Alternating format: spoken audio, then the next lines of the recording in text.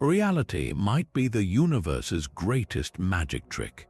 We are about to explore the mind-blowing world of quantum mechanics, where the rules of common sense shatter and the deepest mysteries of existence hide. By the end of this journey, you will have confronted 30 quantum puzzles that could fundamentally rewrite our story of the cosmos. We will see how a single particle can be in two places at once, and why looking at something might change its very nature. What do you believe is truly real? The strangeness begins with a single, simple question. What is light? For centuries, scientists argued fiercely. Some said it was a wave like ripples on a pond, capable of bending and interfering with itself. Others insisted it was a stream of tiny particles, little bullets of energy. The truth, as revealed by quantum mechanics, is far more unsettling. Light, and indeed every fundamental piece of our universe, is both. This is wave-particle duality, the first and perhaps most profound quantum mystery.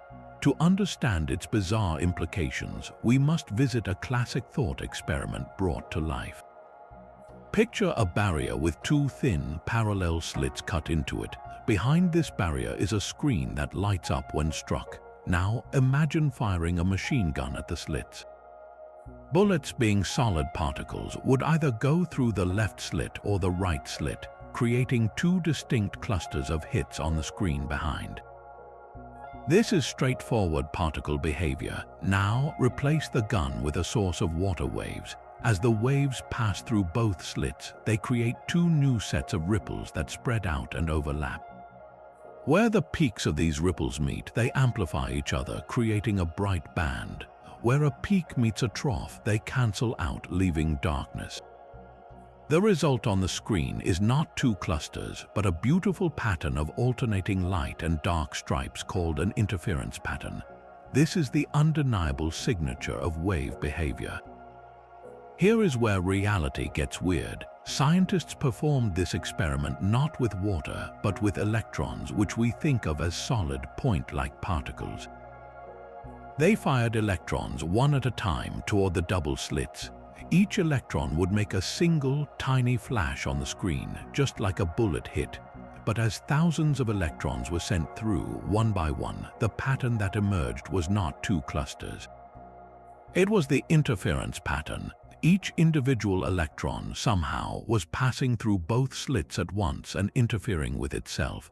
It was behaving as a wave of possibilities until it struck the screen and decided where to appear as a particle. This leads to the heart of the mystery, the role of the observer. What if we try to catch the electron in the act? What if we place a detector at the slits to see which one it actually goes through? The moment we do that, the interference pattern vanishes. The electrons, now being watched, behave like good little particles, going through only one slit and creating two simple clusters on the screen. It is as if the electron knows it is being observed. By measuring it, we force it to make a choice, collapsing its spread-out wave of possibilities into a single, definite reality.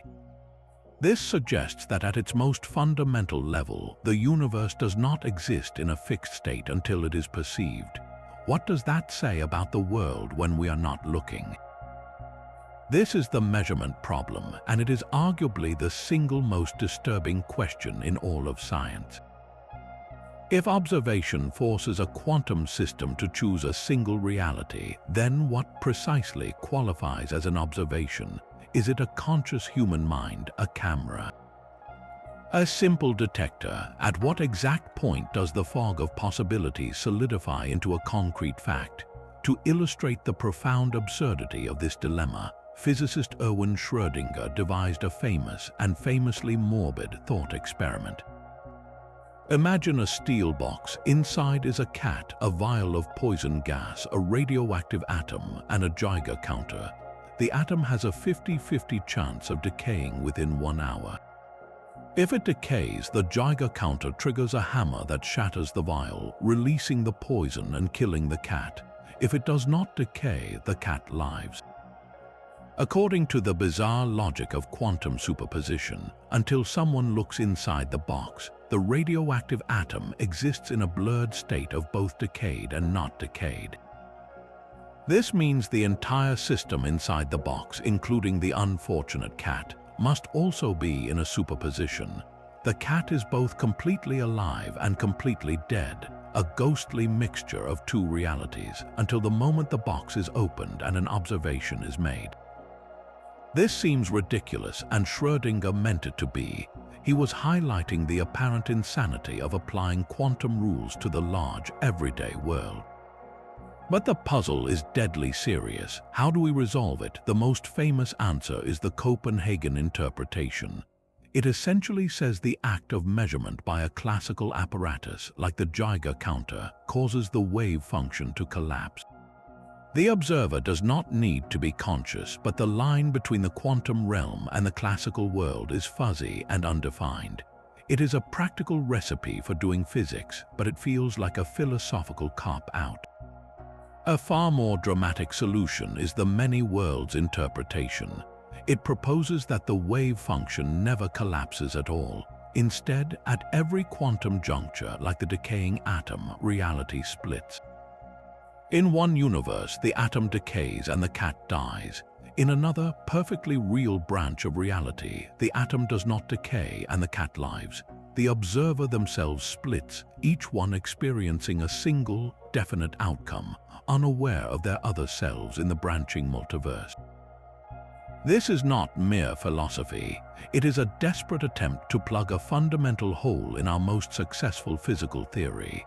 We have mathematics that describes the fuzzy quantum world with stunning accuracy, and we have the solid, definite world we experience. We have no agreed upon equation or rule that explains the transition from one to the other. The measurement problem is the chasm between our equations and our existence, a silent scream at the heart of reality waiting for an answer. The measurement problem reveals a universe that seems to wait for our glance to become real.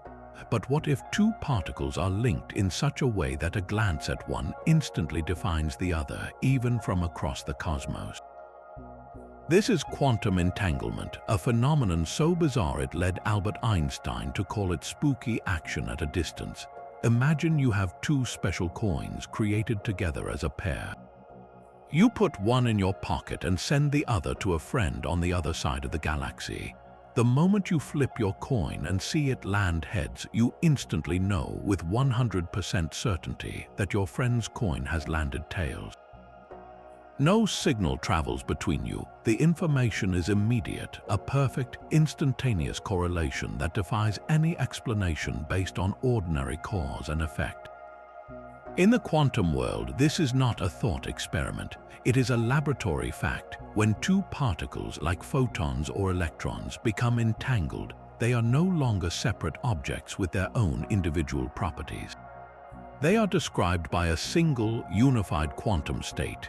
Think of them as two sides of the same cosmic coin. They could be spinning in opposite directions, but which one is spinning up and which is spinning down is not decided until a measurement is made on one of them. The act of looking at the first particle does not just reveal its state, it commands the state of its distant partner into existence, faster than any light-speed signal could possibly connect them. This shatters two pillars of classical physics. The first is locality, the idea that objects are only influenced by their immediate surroundings and that no information can travel faster than light. Entanglement appears to violate this, creating a correlation that is, in a very specific sense, instantaneous. The second is separability, the assumption that two objects in different places have independent realities. Entanglement suggests they do not. They remain parts of a single, inseparable whole, no matter the vastness between them. This implies a universe that is deeply, fundamentally interconnected in a way we are only beginning to fathom. The spooky link is not a communication channel we can use to send messages, as the outcome of each measurement is still random. But it is a profound whisper that at the bedrock of existence, distance might be an illusion, and everything is subtly, mysteriously tied together. That spooky link, however, does not break the universe's ultimate speed limit. While the correlation between entangled particles is instantaneous, no useful information can be sent faster than light. You cannot use it to transmit a message, a picture, or a warning across the stars in an instant. Why? Because the outcome you measure on your particle is completely random. You see your coin land heads, but you had no control over that result. You instantly know your friend has tails, but that knowledge is useless for communication because it is just random noise until your friend tells you, via a slow light-speed signal, what they observed. This subtle dance preserves causality, the law that cause must precede effect, keeping our logical universe intact. Yet, within this constraint lies one of quantum mechanics' most astonishing practical feats, quantum teleportation. This is not science fiction beaming of objects. It is the transfer of the exact quantum state, the fragile fingerprint of information, from one particle to another distant one. Here is how it works stripped to its core. You start with an entangled pair of particles, say photons. You keep one, call it photon B, and send its entangled partner, photon A, to your friend. Now you have a third photon, photon C, which carries the precious quantum information you want to teleport. You perform a special joint measurement on your photon B and photon C right where you are. This measurement entangles them and, in the process, destroys the original state of photon C. Instantly, because of the spooky link, the state of your friend's distant photon is scrambled into a new, specific form.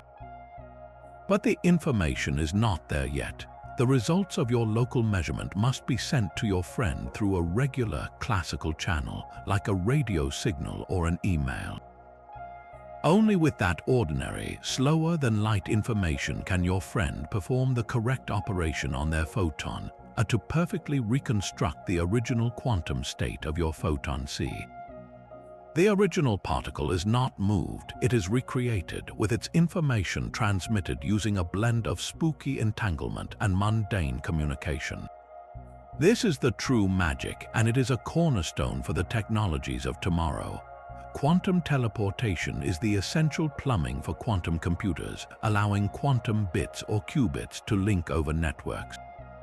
It is the foundation for quantum cryptography, enabling theoretically unbreakable secure communication, because any attempt to eavesdrop on an entangled signal would disturb it and be immediately detected. So this profound mystery, which once seemed a philosophical oddity, is now the bedrock of a coming revolution, proving that the universe's deepest secrets can become its most powerful tools.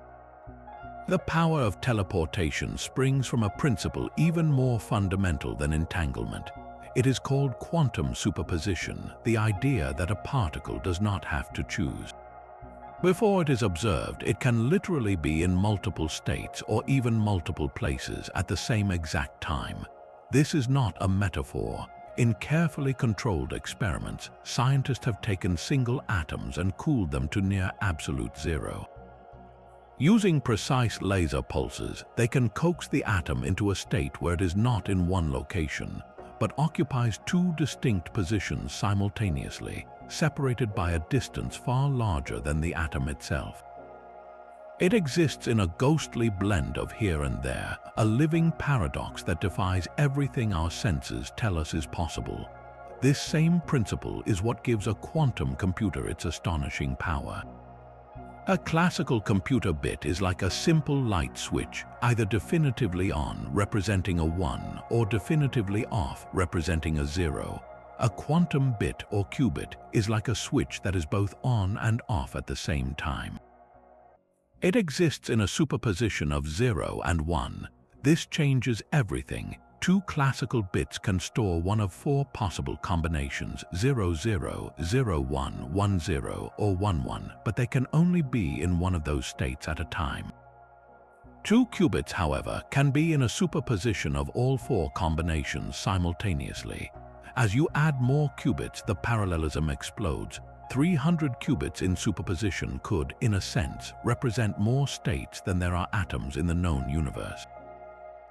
This allows a quantum computer to explore a vast landscape of possibilities all at once, solving certain problems like simulating complex molecules or cracking modern encryption in a fraction of the time it would take any classical machine.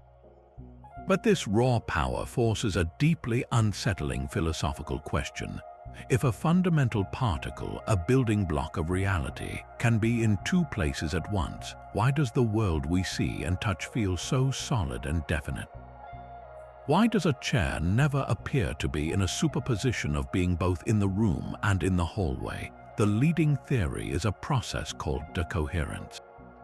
The fragile quantum state is incredibly sensitive. The moment a superposition interacts with its environment, even a single stray photon of light or a wisp of air, it collapses into a single classical outcome.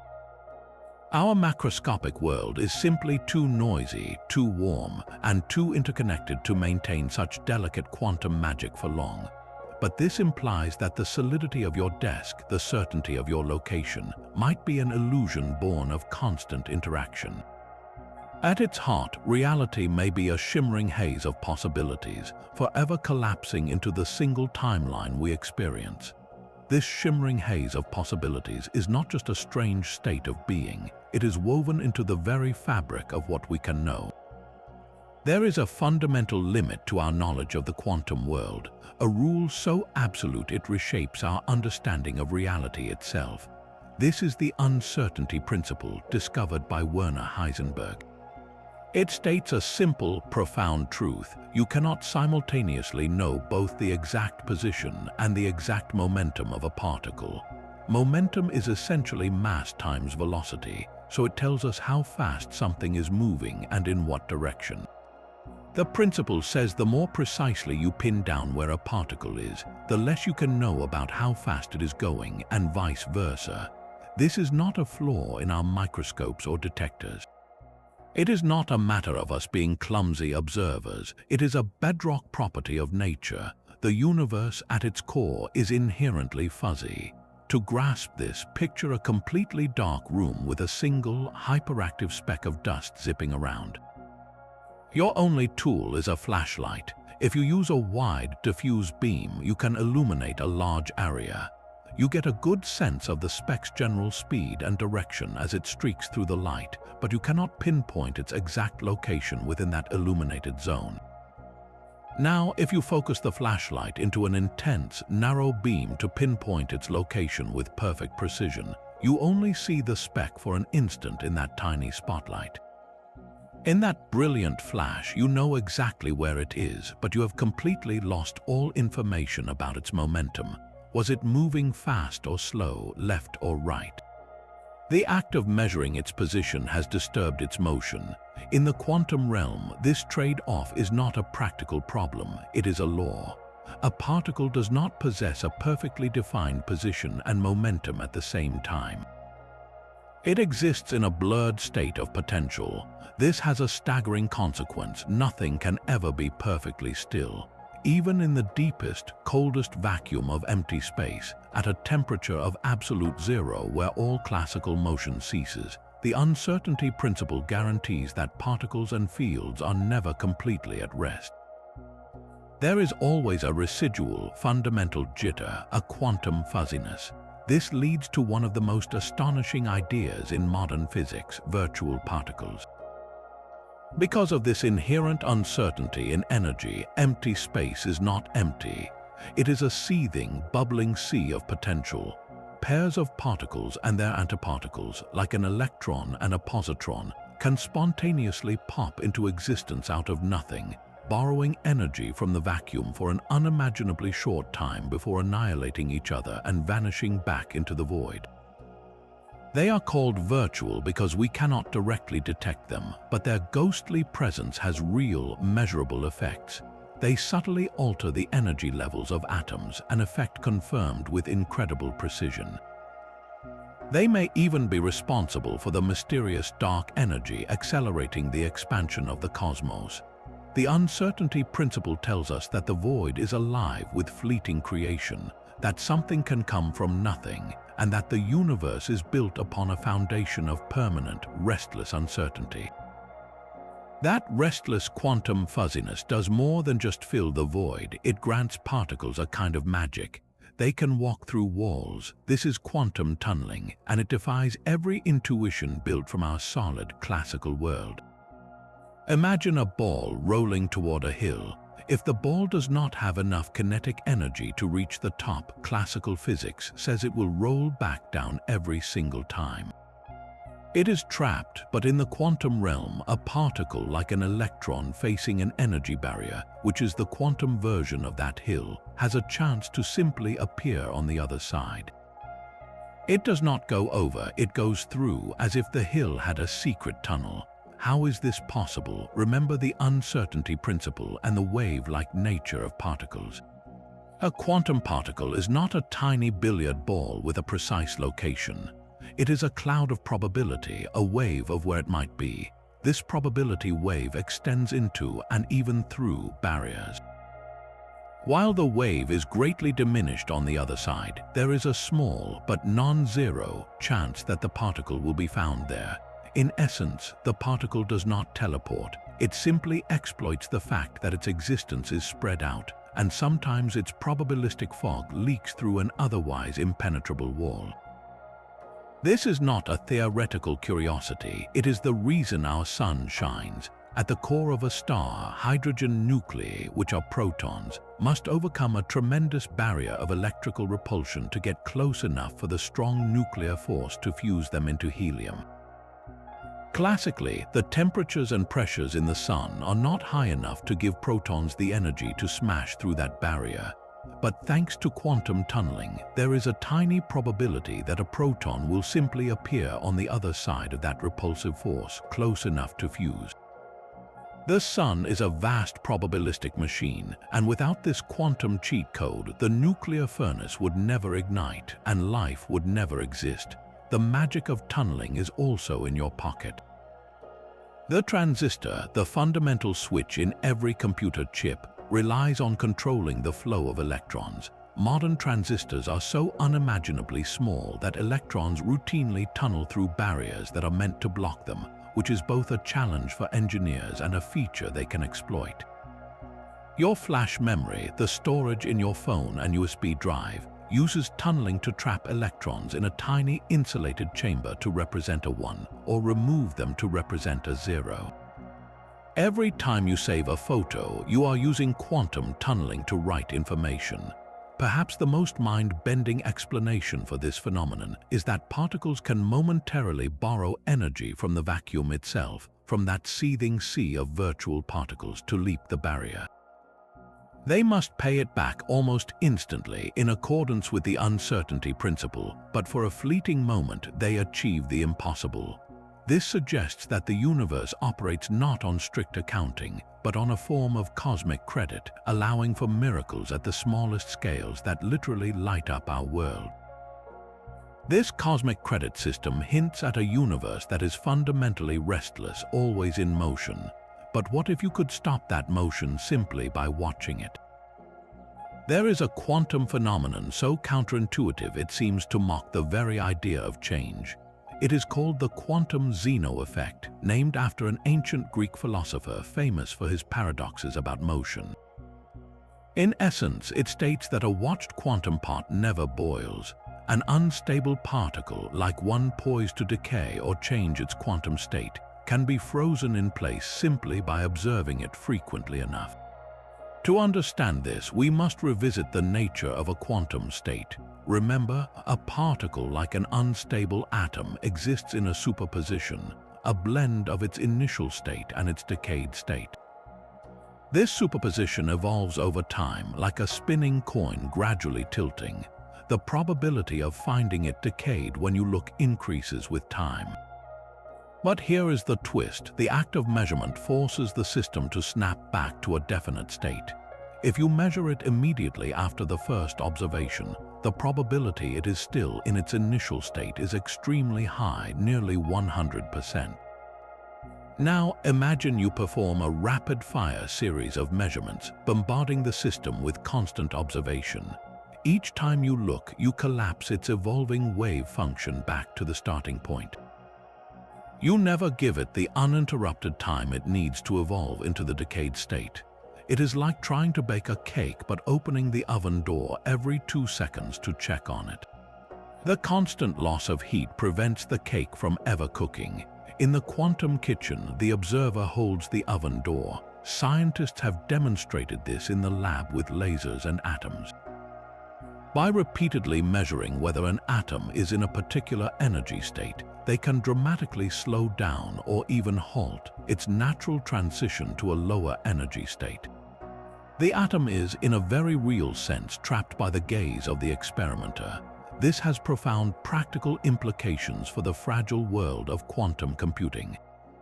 Qubits are notoriously delicate, their superpositions easily destroyed by decoherence from the environment. The quantum Zeno effect offers a potential shield. By making frequent, gentle measurements of a qubit, you could actively pin it in its desired state, preventing it from drifting into error. It is a form of quantum babysitting, using observation not to collapse reality, but to preserve it. Which leads to the deepest, most unsettling question this effect poses. If continuous observation can literally freeze a quantum system, what does that say about the nature of reality? Does it imply that the flow of time and the occurrence of change are not absolute, but contingent upon a lack of scrutiny? Is the universe's constant evolution dependent on us or some universal observer not looking too closely?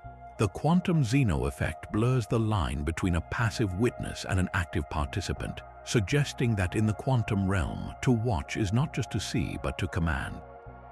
The quantum Zeno effect shows we can freeze reality by watching it, yet our everyday world feels stubbornly immune to such tricks.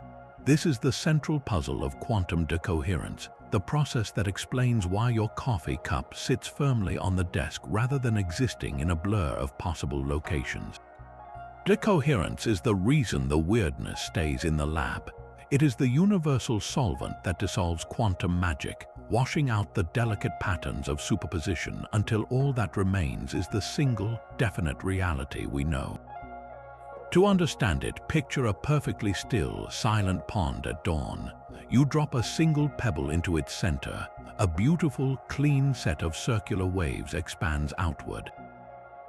This is like a pristine quantum superposition, a pure state of multiple possibilities existing in perfect coherence. Now, imagine that same pond on a windy day, with rain pattering the surface and leaves floating everywhere. If you drop your pebble now, the waves it creates immediately interact with the chaos. They collide with raindrop ripples, get distorted by floating debris, and lose their perfect shape almost instantly. The information about that initial clean wave is scrambled and lost into the environment. This is decoherence. In the quantum world, the environment is everything. The trillions of air molecules bumping around, the faint glow of ambient light, even the subtle pull of distant gravity. A quantum system, like an electron in a superposition, is exquisitely sensitive. The moment it interacts with even a single photon from the room light, that interaction entangles the electron's state with the state of the photon. Information about the electron's superposition leaks out into the environment. That photon then interacts with air molecules, which interact with others, and in a chain reaction faster than we can perceive, the quantum information is dispersed into the wider world. From the perspective of anyone trying to measure just the electron, the superposition is gone. It appears to have collapsed into one definite state, not because a conscious observer looked, but because it could no longer stay isolated from the universal noise. This is why large objects cannot stay in quantum superpositions. A cat is constantly bombarded by air molecules, bathed in light and vibrating with thermal energy. It is entangled with its environment in an impossibly complex web of interactions from the moment it exists. Its quantum possibilities are erased almost instantly, leaving only the classical certainty of a single, living or dead cat. Decoherence elegantly bridges the quantum and classical realms, explaining the transition without needing a special observer, yet it is not a simple answer. It is an active, furious frontier of science. Researchers are now asking, can we reverse decoherence? Is the quantum information truly lost, or is it just hopelessly scrambled across the universe? Some theories suggest that in principle, if you could track every single photon and air molecule, you could undo the process, like rewinding the chaotic ripples on the pond back into a single clean wave. This idea pushes us toward a staggering possibility that the universe in its entirety might still be a single, vast, coherent quantum system. We see classical physics only because we are trapped inside it, unable to see the whole entangled picture. Decoherence paints a universe where information is never truly lost, just scattered. But what if our most fundamental calculation about the fabric of space itself is wrong, not by a little, but by a number so vast it defies human comprehension? This is the vacuum catastrophe, and it represents the single greatest failure of prediction in the history of science. To grasp it, we must return to that seething quantum vacuum, the restless sea of virtual particles that pop in and out of existence. According to quantum field theory, every cubic centimeter of empty space, even in the darkest void between galaxies, is a frenetic arena of this fleeting activity. Each virtual pair that appears borrows energy from the vacuum, and that borrowed energy, according to Einstein's own equation of mass-energy equivalence, should contribute to the curvature of spacetime. In other words, all this quantum buzz should give empty space itself a property, an energy density, often called the cosmological constant. This energy should act as a kind of anti-gravity, pushing the universe apart. Here is where the catastrophe strikes. When physicists perform the calculation to add up all the possible contributions from every quantum field, the result is an astronomically large number. The vacuum of space should be brimming with such unimaginable energy that the fabric of reality should have torn itself apart an instant after the Big Bang. The universe as we know it could not exist, yet we are here. Observations of the cosmos, particularly from the accelerating expansion of the universe, allow us to measure the actual energy density of the vacuum. The observed value is tiny, just enough to explain the gentle cosmic acceleration we see. But when you place the theoretical prediction next to the observed reality, they do not just disagree. They are off by a factor of 10 to the power of 120. That is a 1 followed by 120 zeros. To call this a discrepancy is like saying the distance between an electron and a galaxy is a minor gap. It is the most spectacular mismatch ever encountered. This means one of two things. Either our understanding of quantum field theory is profoundly incomplete, missing a cancellation mechanism of unimaginable precision, or our theory of gravity, Einstein's general relativity, breaks down when applied to the vacuum. The vacuum catastrophe is not a minor puzzle. It is a screaming fault line running directly between quantum mechanics and gravity.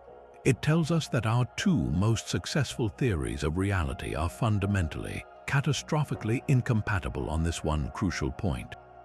Solving it may require a revolution that redefines nothingness itself, forcing us to ask, what is empty space if not empty, and why is its energy so unnervingly quiet? That screaming fault line between quantum theory and gravity becomes a cosmic shredder at the edge of a black hole. Here, the vacuum's subtle energy is stretched into a paradox that threatens to unravel the logical foundation of the universe itself. This is the black hole information paradox, a puzzle so profound it consumed the later years of Stephen Hawking's life. It begins with a simple quantum rule: information cannot be truly destroyed. In our everyday world, this is intuitive. If you burn a book, the ashes and smoke seem to be a chaotic mess. But in principle, if you could track every particle and measure its state with infinite precision, you could reconstruct the original book. The information about its words, its ink, its binding is scrambled, but it still exists in the universe. Quantum mechanics enshrines this principle: information must be preserved. Now throw that book into a black hole. According to Einstein's general relativity, the book crosses the event horizon, the point of no return, and is irretrievably lost to our universe. All its information is crushed into the black hole's central singularity, a place where our laws of physics break down. Hawking then made a stunning discovery: black holes are not completely black. Due to quantum effects at the event horizon, they slowly leak radiation and evaporate over astronomical timescales. This Hawking radiation, however, is purely thermal, like the glow from a hot stove. It contains no information about what fell in. It is random noise, so when the black hole finally evaporates completely, what happened to the information in the book? If it is gone forever, quantum mechanics is wrong. If it is preserved somehow, general relativity is wrong. We are left with a paradox where our two foundational theories make mutually exclusive predictions. One radical proposal to resolve this is the firewall hypothesis. It suggests that the event horizon is not a smooth, empty space as relativity predicts, but a blazing wall of high-energy particles. The moment you cross, you are incinerated. This violent boundary would prevent information from ever entering the black hole in the first place, preserving it in the scrambled remains of the firewall. But this creates its own problems, violating the core principle of relativity that falling into a large black hole should be an uneventful, smooth process. You would not feel anything special as you cross the horizon, at least not according to Einstein. A more elegant and increasingly compelling solution comes from the holographic principle. It proposes that all the information contained within the three-dimensional volume of a black hole is not lost inside, but is perfectly encoded on its two-dimensional surface, the event horizon. Imagine the information in our book being smeared like a hologram onto the spherical skin of the black hole. As Hawking radiation escapes, it slowly reads this encoded information, like a cosmic projector playing the data back out into the universe. The information was never truly inside. It was always on the surface, preserved in the intricate quantum patterns of the horizon itself. This idea suggests a staggering possibility about our entire cosmos, that the three-dimensional reality we experience, with all its stars, planets, and people, might itself be a holographic projection from a two-dimensional surface at the edge of the universe. The black hole information paradox is not just about stellar graveyards. It is a direct challenge to our understanding of dimensionality, information, and the very nature of reality. Is the universe we see merely a shadow on a distant wall? The holographic principle turns the black hole's surface into a cosmic projector, but its implications reach far beyond those dark prisons. It proposes a law so radical it redefines dimensionality itself. The maximum amount of information that can possibly exist in any region of space is not proportional to its volume, but to the area of its surface. Think of a room. In a classical universe, the amount of information you could pack into that room, the number of books, hard drives, or particles, would depend on its three-dimensional volume. The holographic principle says no. The ultimate limit is set by the two-dimensional area of the room's walls, floor, and ceiling. It is as if the entire interior is a hologram and the walls are the film on which the data is stored. A three-dimensional movie offers a perfect analogy. When you sit in a theater wearing those special glasses, you see a world with depth, objects that seem to fly toward you or recede into the distance. Yet all that rich, three-dimensional information is encoded on a flat, two-dimensional screen. The light from the projector, combined with the glasses, creates the convincing illusion of a third dimension. The holographic principle suggests our universe might work in a similar, though far more fundamental, way. All the things we perceive in three dimensions, the swirling galaxies, the planets in their orbits, the very chair you are sitting on, could be a projection from a vast, complex, two-dimensional surface at the edge of everything. This is not a metaphor for consciousness. It is a concrete proposal from the mathematics of string theory and black hole thermodynamics. The idea first gained serious traction when physicists studying black holes realized that the entropy, which is a measure of hidden information, of a black hole is precisely proportional to the area of its event horizon, not the volume inside. If the maximum entropy and thus information of any space is set by its surface area, then the interior volume is, in a sense, redundant. The real data lies on the boundary. This leads to a staggering possibility for a theory of quantum gravity. One of the greatest challenges in physics is merging the smooth, geometric spacetime of general relativity with the granular, probabilistic world of quantum mechanics. The holographic principle offers a potential bridge. It allows physicists to take a quantum theory that is well understood, but lives in a lower dimensional space without gravity, and map it exactly to a theory of gravity in a higher dimensional space. In practice, this has meant solving incredibly difficult problems in a four-dimensional universe with gravity by translating them into more manageable problems in a three-dimensional universe without it. It is a mathematical cheat code of cosmic proportions, and it works. Calculations that were once impossible are now being done, providing deep insights into the nature of spacetime itself. The principle hints that gravity, and perhaps even the dimensions of space and time, are not fundamental building blocks but emergent phenomena. They arise from the complex quantum interactions of information bits living on a distant, lower dimensional surface. We are not living in the primary reality, we are living in the projection. Our solid, three-dimensional world, with all its textures and depths, might be the universe's most magnificent and convincing illusion. If the universe is a hologram projected from a two-dimensional surface, then what is the projector? This question leads us to the single greatest unsolved problem in modern physics, the quest for a theory of quantum gravity. We have two masterpieces of human thought, each spectacularly successful in its own domain, yet they speak completely different languages and describe fundamentally incompatible realities. On one hand, we have quantum mechanics, the rulebook for the subatomic world. It paints a universe of probabilities, particles that are also waves, and spooky connections that defy distance. Its mathematics is precise, its predictions stunningly accurate for everything from the chemistry of life to the transistors in your phone. On the other hand, we have Einstein's general theory of relativity. This is the grand theory of gravity, not as a force but as the curvature of spacetime itself. Massive objects like stars and planets warp the four-dimensional fabric of the cosmos, and this warping tells other objects how to move.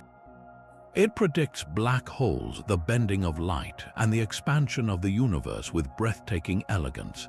The problem is, these two theories cannot both be correct as they stand. They are mathematically and philosophically at war. Quantum mechanics is built on a framework of fuzzy probabilities and discrete packets of energy, existing within a fixed stage like spacetime. General relativity describes a smooth, continuous, and dynamic spacetime that is the star of the show, bending and flexing in response to matter and energy. When you try to apply quantum rules to the gravitational field itself, to describe gravity as carried by particles called gravitons, the mathematics explodes into infinities that make no physical sense. The equations break down completely. This incompatibility is not just a theoretical headache, it means we have no description of reality at the most extreme scales. What happened in the first fleeting moments of the Big Bang, when the entire universe was smaller than a single atom and quantum effects would have dominated gravity itself? What is the true nature of the singularity at the heart of a black hole, where matter is crushed to infinite density? Our current physics simply gives up. To answer these questions, we need a theory that does not just stitch the two rulebooks together, but rewrites them into a single, coherent volume. This is the hunt for quantum gravity. The leading candidates are as ambitious as they are strange. The first is string theory. It proposes that the fundamental ingredients of the universe are not point-like particles, but unimaginably tiny, vibrating strings or membranes. Just as a single violin string can vibrate at different frequencies to produce different musical notes, these cosmic strings vibrate in different modes to produce all the particles we see, from electrons and quarks to, potentially, the graviton. In this view, gravity emerges naturally from the symphony of strings. But there is a cost. String theory requires extra spatial dimensions beyond the three we experience, curled up so small we never notice them.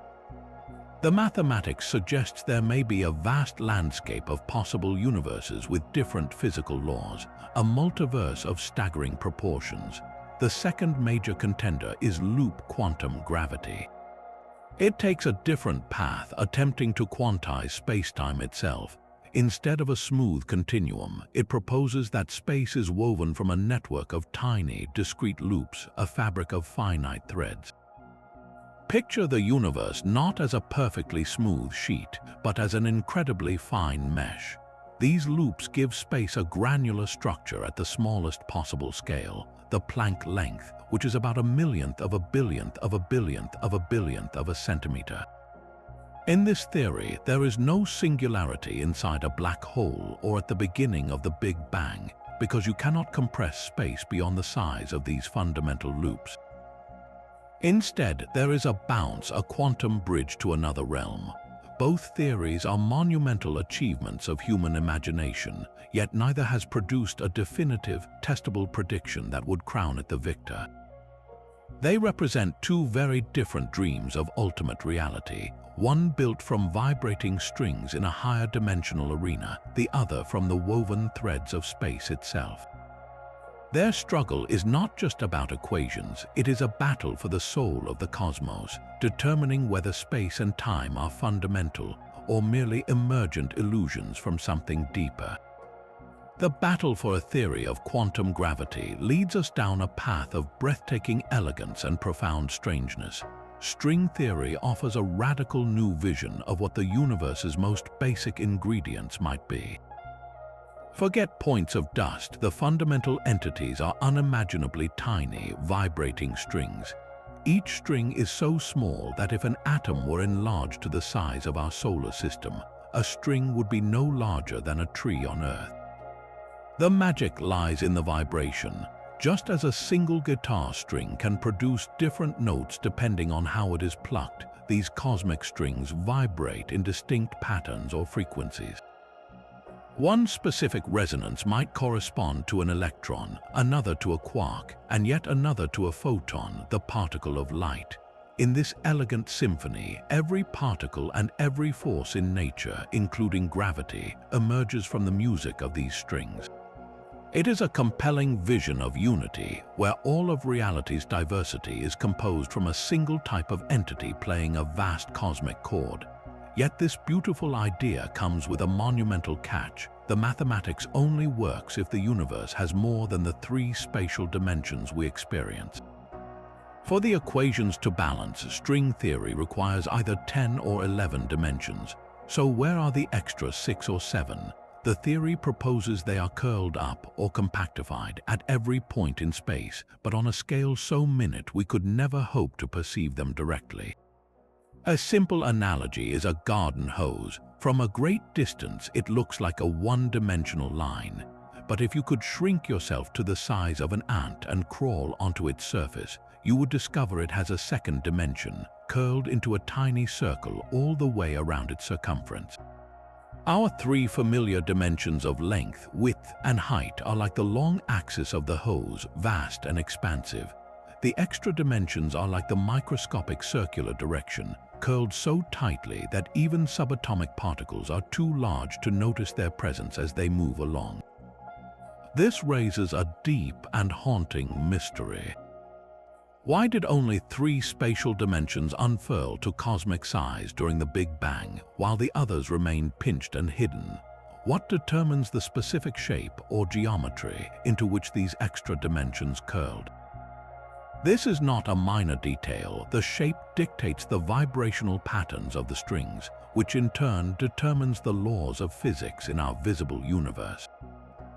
The charge of an electron, the strength of gravity, the existence of atoms themselves, all would be set by the hidden geometry of these tiny, coiled dimensions.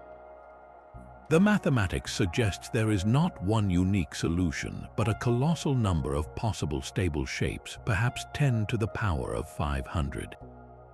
This forms what theorists call the landscape, a vast array of possible vacuum states, each corresponding to a universe with different physical constants and laws.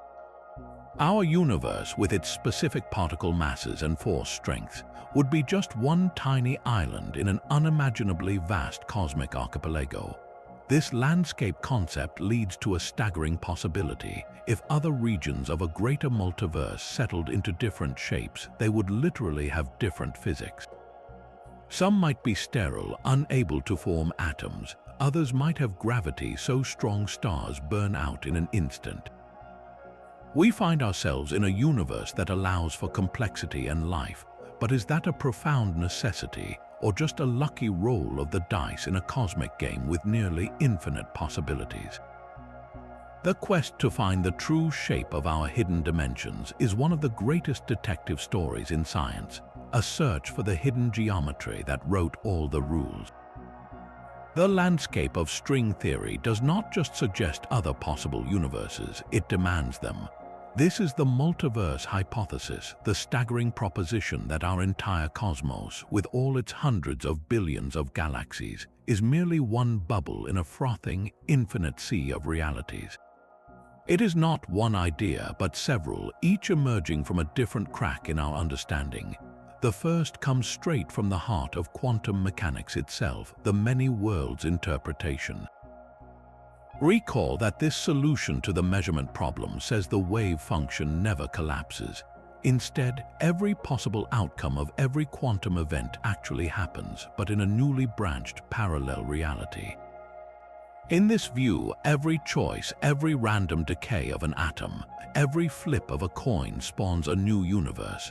There is a world where you turned left instead of right this morning, a world where the dinosaurs never went extinct, a world where every possible variation of history plays out across an ever-expanding tree of alternate timelines. This is a multiverse born from pure quantum possibility. The second type arises from our best theory of the universe's explosive birth, cosmic inflation. This theory says that in the first fraction of a second, space itself expanded faster than light, stretching a quantum speck into a cosmos larger than the observable universe. But what if inflation never truly stopped? What if it is eternal, a runaway process that only ends in localized patches, like bubbles forming in a boiling pot of water? Each of these bubbles would be a separate universe with its own Big Bang and its own potentially different laws of physics, as the inflationary field decayed in different ways. Our entire cosmos is just one such bubble in an eternally inflating meta-universe, forever spawning new bubbles we can never reach. Then there is the string theory landscape, that colossal collection of 10 to the power of 500 possible vacuum states. In a multiverse framework, each of these mathematically possible shapes for the extra dimensions represents a real, existing universe. We simply inhabit one where the numbers worked out to produce stable atoms, stars, and ultimately, observers like us. This idea directly tackles one of the most perplexing mysteries in physics, the fine-tuning of the universe. The fundamental constants of nature, like the strength of gravity or the mass of the electron, appear exquisitely balanced. If they were altered by even a tiny percentage, stars would not form, chemistry would be impossible, and life could not exist. In a multiverse, there is no mystery. With an infinite number of universes trying every possible combination of laws, it is no surprise that we find ourselves in one of the rare habitable ones. It is not design, it is a cosmic lottery, and we are the lucky winners. But is this science or is it philosophy? The most serious criticism of the multiverse is testability. If these other universes are causally disconnected from ours, forever beyond the reach of any signal or observation, can we ever claim the idea is scientific? Proponents argue that it might leave subtle fingerprints in our own cosmos, like strange patterns in the cosmic microwave background from collisions with other bubble universes in the distant past. Others suggest the very fact that our universe is fine-tuned for life is itself indirect evidence for a larger ensemble, yet the debate rages. Does the multiverse represent the ultimate triumph of scientific imagination, a logical consequence of our best theories pushed to their limits? Or is it a surrender, an admission that some questions may forever lie beyond the horizon of human knowledge? It forces us to confront the very definition of reality. Is our universe a singular, special creation, or is it a single page in an infinite library, its story just one of an endless number of tales being told simultaneously in the silent dark? The multiverse redefines reality, but what about the very stage upon which its infinite stories play out? Our next mystery questions the nature of time itself. Is it a fundamental river flowing through the cosmos, or is it merely an emergent illusion, a side effect of something deeper? This is not just a philosophical musing, it is a glaring crack in the foundations of physics. Our two great theories describe time in utterly contradictory ways. In Einstein's general relativity, time is woven into the flexible, four-dimensional fabric of space-time. It is dynamic, it can bend and stretch near massive objects, but it is very real. You can point to a spot in the continuum. In the quantum realm, however, time is treated as an external, universal background, a rigid stage on which the quantum drama unfolds. It is a mere parameter in the equations, not something that itself can be quantum. When we try to merge these theories into quantum gravity, time becomes the central casualty. In many approaches, it simply vanishes from the most fundamental equations. Consider the Wheeler-DeWitt equation, a landmark attempt to apply quantum rules to the entire universe. This equation describes the quantum state of the cosmos, but it contains no time variable at all. It suggests that at the most basic level, the universe is static, a frozen block of all possible configurations existing at once. This is the stark problem of time. If the bedrock reality is timeless, then where does our powerful, universal experience of past, present, and future come from? Why do we feel time flowing in one direction from order to disorder? One compelling idea is that the arrow of time emerges from the increase of entropy, the measure of disorder in a system. A shattered glass does not reassemble itself because that would mean decreasing entropy, which is statistically vanishingly unlikely.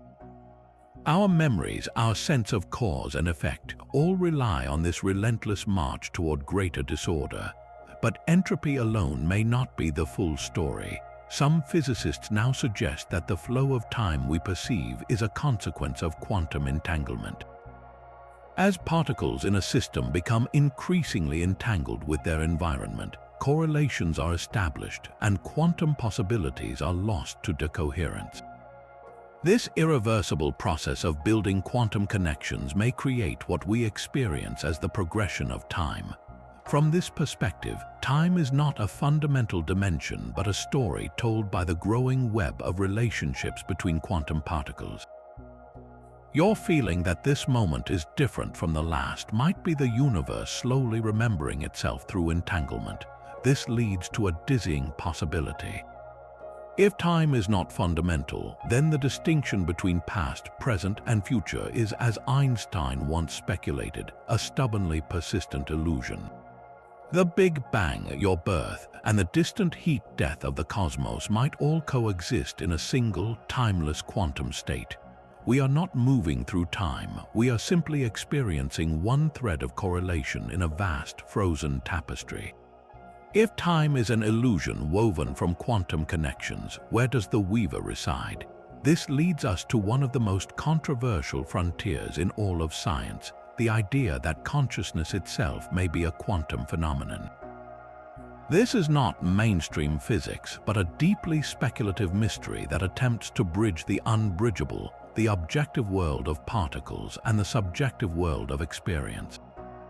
The boldest claim comes from the von Neumann-Wigner interpretation.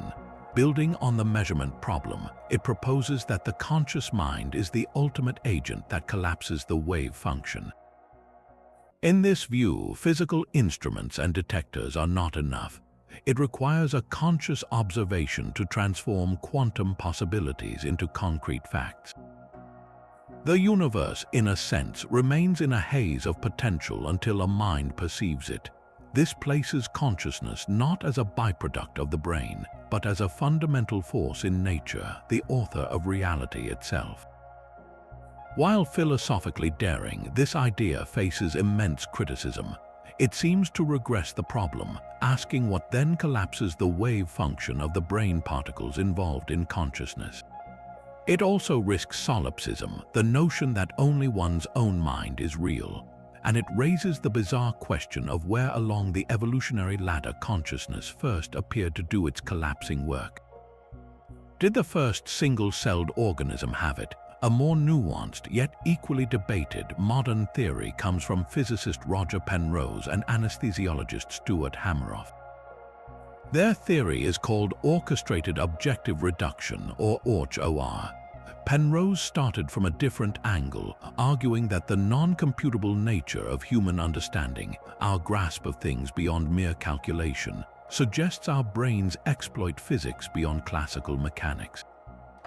He proposed that wave function collapse is a real physical process related to gravity, occurring spontaneously when quantum superpositions become too massive and cause a separation in spacetime itself. This is objective reduction. Hameroff then provided a potential biological site for this quantum process, structures inside our brain cells called microtubules. These are tiny, cylindrical scaffolds that help maintain the cell's shape. OR suggests that these microtubules are not just structural, they could host quantum computations. Electrons within them could become entangled and exist in superposition, and when these superpositions reach a certain threshold, they undergo Penrose's objective reduction, collapsing in a way that generates a moment of conscious experience. Each collapse is a flicker of awareness, and the orchestrated sequence of these events across the brain creates our stream of consciousness. The theory is breathtaking in its ambition, directly linking the mystery of quantum gravity to the mystery of the mind. Yet the scientific skepticism is profound. Critics argue the warm, wet, chaotic environment of the brain would destroy any delicate quantum coherence almost instantly, a problem of decoherence far more severe than in any laboratory experiment. While some experiments suggest certain biomolecules might exhibit quantum effects, evidence for sustained, large-scale quantum processing in microtubules remains elusive. So why does this idea persist at the fringes of respectability? Because it represents a courageous, if perhaps misguided, attempt to solve two profound puzzles with one stroke. It confronts the measurement problem head-on by proposing a specific physical mechanism for collapse, and it dares to propose a scientific basis for consciousness, something that purely classical brain models struggle to even define. Whether OR is ultimately proven true or false, it forces a vital question: are we merely complex biological computers, or is the shimmering, uncertain heart of quantum reality somehow beating within our own minds? Einstein could never accept that spooky action at a distance was real. For him, a universe where particles instantly influenced each other across vast distances was a sign that quantum mechanics, however successful, was an incomplete theory.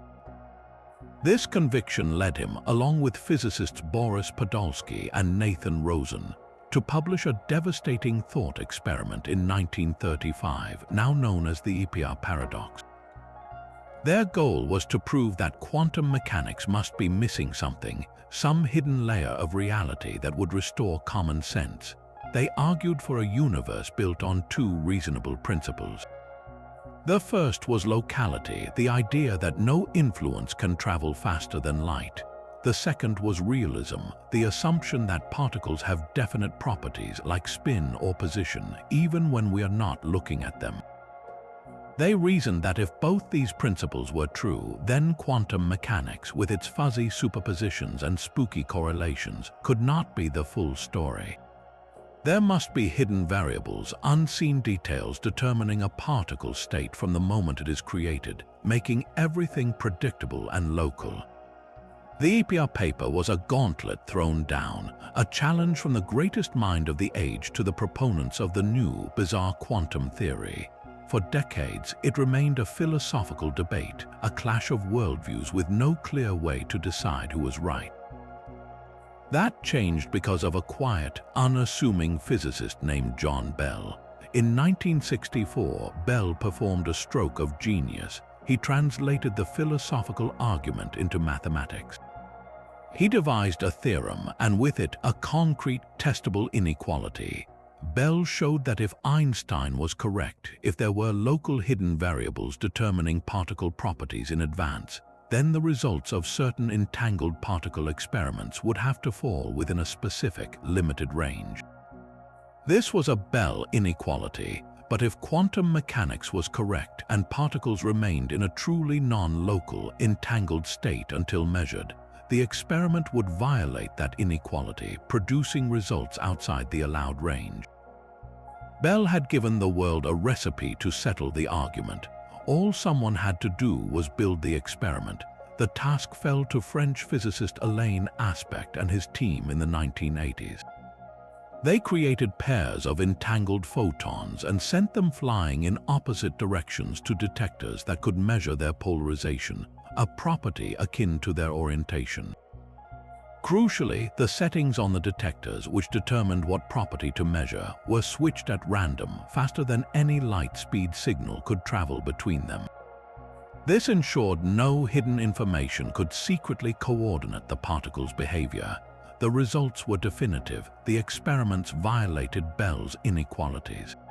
The correlations between the distant photons were stronger than any local hidden variable theory could possibly allow. Nature had voted, and it voted for spookiness.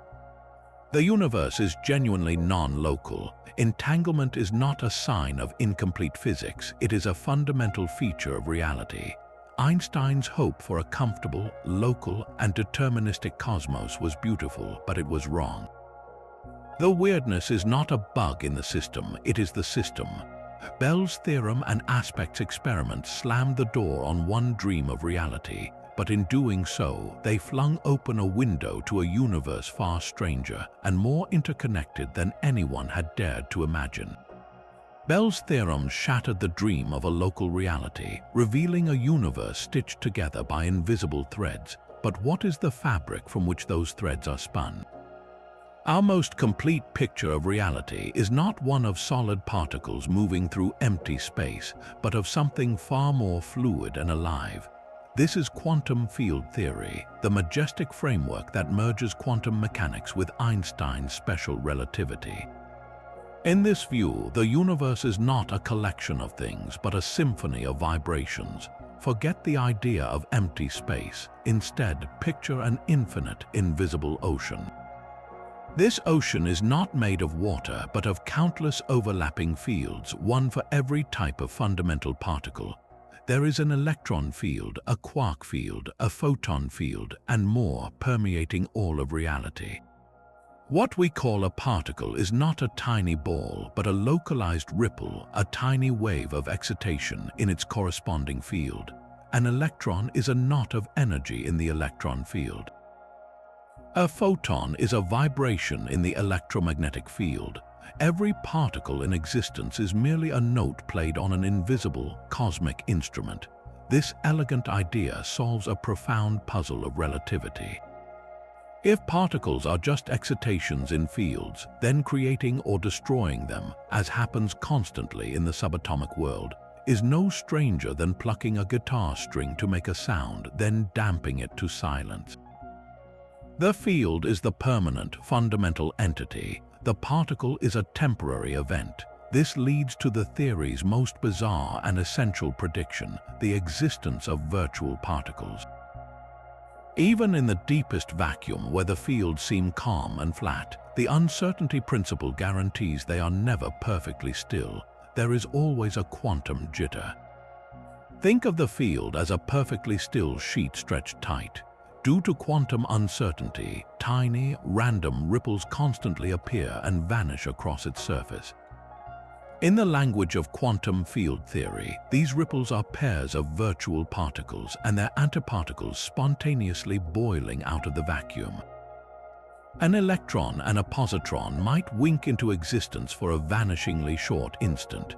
They are called virtual because we can never directly detect them as free particles.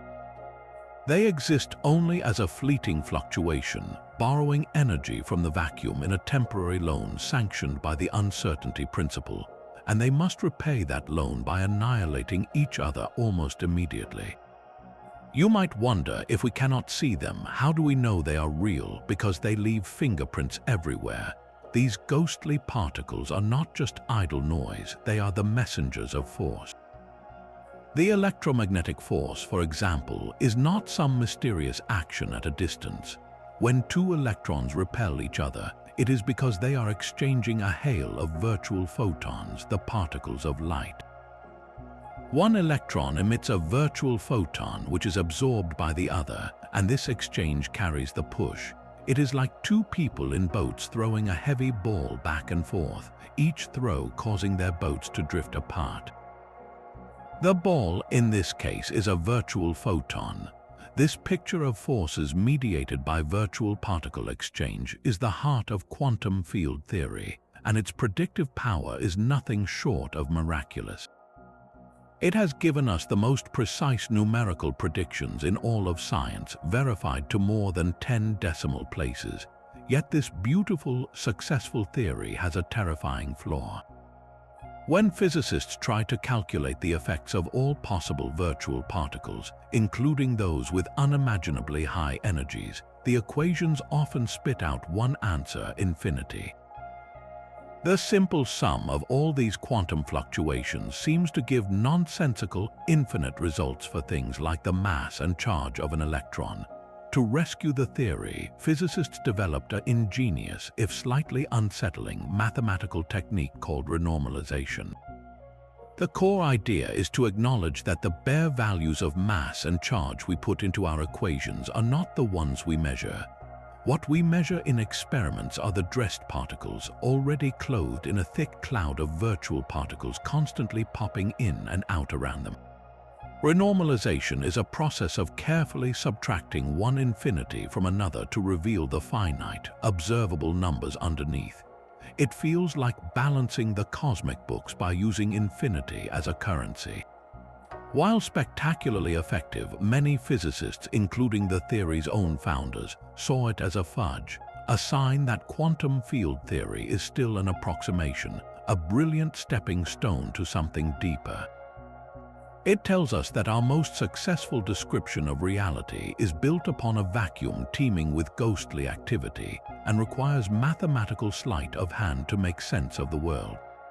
What does it mean that our fundamental theory needs to perform such acrobatics just to describe a single electron? Renormalization tames the infinities of the quantum world, but it cannot solve a mystery so vast it feels like a cosmic oversight. Gravity is impossibly weak. This is not a subtle difference, it is the most extreme disparity in all of nature. Consider two protons in the nucleus of an atom. They repel each other with the electromagnetic force, a push born of their identical positive charges. At the same time, they attract each other with the gravitational force, a pull from their tiny masses. The electromagnetic repulsion is stronger, but by how much? The number is so large it defies intuition. The electromagnetic force is about 10 to the power of 36 times stronger than gravity. That is a 1 followed by 36 zeros. To grasp that scale, if the strength of gravity were represented by a single penny, the electromagnetic force would be worth a stack of gold coins reaching from here to the farthest observable galaxy and back again countless times over. In the particle zoo, gravity is not just the weakest animal, it is a ghost.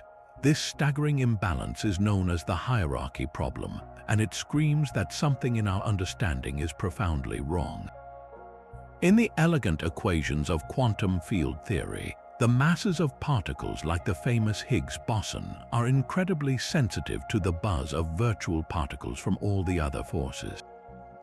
These quantum corrections should naturally drive particle masses, and by extension the strength of all forces, up to an enormous unified scale, near the Planck energy where quantum gravity becomes important. Yet, we live in a low-energy world where the weak, electromagnetic, and strong forces are all roughly in the same ballpark, while gravity is off in its own universe of weakness. Keeping gravity so feeble requires an absurd, precise cancellation in the mathematics, a fine-tuning of about 1 part in 10 to the 36. To physicists, such an exquisitely unnatural number is not an answer, it is a clue. It is the universe pointing to a hidden mechanism, a new symmetry or a missing piece of reality that would explain why gravity is the odd one out. The leading proposed fix is a beautiful idea called supersymmetry. It postulates that every known fundamental particle has a hidden superpartner. For every quark there would be a squark, for every electron a selectron. For every photon a photino. These superpartners would have different spin properties, and their existence would introduce new quantum corrections that perfectly cancel out the troublesome ones driving gravity's weakness. Supersymmetry would elegantly solve the hierarchy problem, and it would also provide a perfect candidate for the mysterious dark matter that binds galaxies together. There is just one catch: we have never seen any of these superpartners. Particle colliders like the Large Hadron Collider have searched for them relentlessly. If supersymmetry exists at the energy scales that would naturally solve the hierarchy problem, these particles should have shown up by now. Their absence means that if supersymmetry is real, it must be broken or hidden at much higher energies, which somewhat dulls its elegant explanatory power. Another radical solution comes from the realm of extra dimensions. What if gravity is not inherently weak? What if it is just as strong as the other forces, but we are only feeling a tiny fraction of its true strength? Imagine our three-dimensional universe as a vast membrane or brain floating within a higher dimensional space. The particles of matter and the carriers of the electromagnetic and nuclear forces might be stuck to our brain like ink on a page. But gravity, described by the curvature of spacetime itself, could leak off the page. It could spread out into the extra, curled-up dimensions. From our perspective, trapped on the three-dimensional page, the gravitational force would appear diluted, feebly spread thin across realms we cannot access. In some models, these extra dimensions could be as large as a fraction of a millimeter, a scale just beyond our current experimental reach. This would mean that on microscopic scales, gravity could suddenly become strong, its true power revealed. The hierarchy problem, then, would be an illusion of perspective. We are not measuring gravity's true strength, only the faint shadow that reaches our corner of the cosmos. Both supersymmetry and extra dimensions are breathtaking ideas, born from mathematics to solve a single, glaring number. Their pursuit has driven decades of theoretical work and billion-dollar experiments. Yet the mystery remains. The incredible weakness of gravity might be the universe's most prominent signpost, pointing directly toward the next great revolution in physics. It asks us whether we have missed an entire zoo of shadow particles, or if we are living on a fragile slice of a much thicker, richer reality. Gravity's profound weakness hints at a universe built on hidden layers, but there is another, more existential imbalance written into the cosmos. Our very existence is a statistical impossibility. According to our best theories, the Big Bang should have created equal amounts of matter and antimatter. For every proton, there should have been an antiproton. For every electron, a positron. Matter and antimatter are perfect mirrors in almost every way, with identical mass but opposite electric charge. And they have a deadly relationship when they meet. They annihilate each other in a flash of pure energy, leaving nothing behind. If the universe began with perfect symmetry, all those pairs should have found each other in the fiery early moments. Every particle of matter should have met its antimatter twin and vanished. The cosmos should be nothing but a fading sea of light, empty and sterile. Yet here we are, surrounded by planets, stars, and galaxies made of matter. We are the leftover scraps of a cosmic battle where matter somehow won. The question is not just why there is something rather than nothing, but why there is so much more something than something else. This is the matter-antimatter asymmetry problem, and solving it means finding a crack in the mirror, a tiny flaw in the fundamental laws of physics that favored matter just enough to allow our universe to form. Physicists call this necessary flaw a violation of CP symmetry. C stands for charge conjugation, which swaps a particle for its antiparticle. P stands for parity, which flips spatial coordinates like looking at a system in a mirror. For a long time, it was assumed the laws of physics were perfectly symmetric under this combined CP operation. The universe, it seemed, did not care if you swapped left for right and matter for antimatter, the same rules would apply. But in 1964, an experiment with particles called kaons found a shocking result. These particles and their antiparticles decayed at slightly different rates. The CP mirror was cracked. This was a monumental discovery, proving that nature itself has a tiny, built-in preference. It is as if a coin is not perfectly fair, but has a 1 in a billion tendency to land on heads rather than tails. That minuscule bias over the countless particle interactions in the early universe could have tipped the scales. The problem is, when physicists calculate the amount of CP violation we have observed so far, it is not nearly enough. The known imbalance in particle decays is far too small to produce the overwhelming abundance of matter we see today.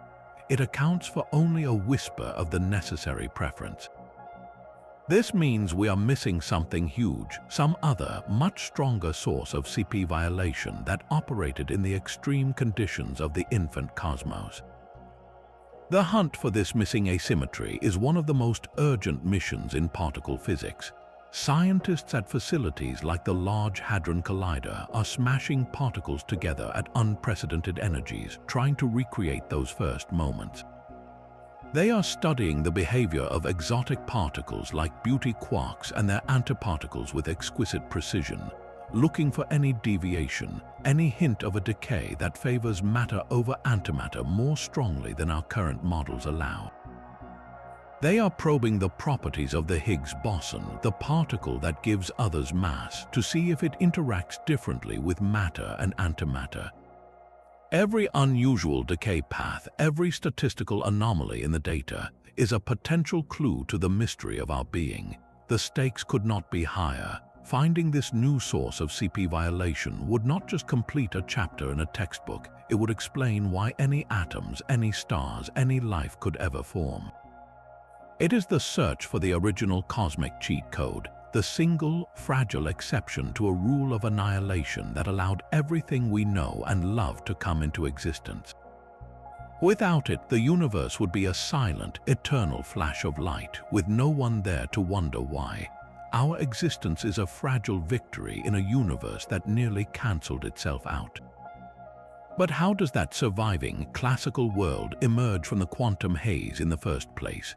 A radical new idea suggests the answer lies not in consciousness or a special rule, but in a process as old as life itself, natural selection.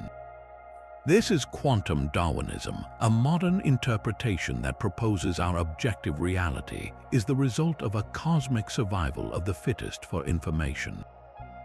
In this view, when a quantum system interacts with its environment, it does not just decohere and lose its quantum magic. It broadcasts information about itself.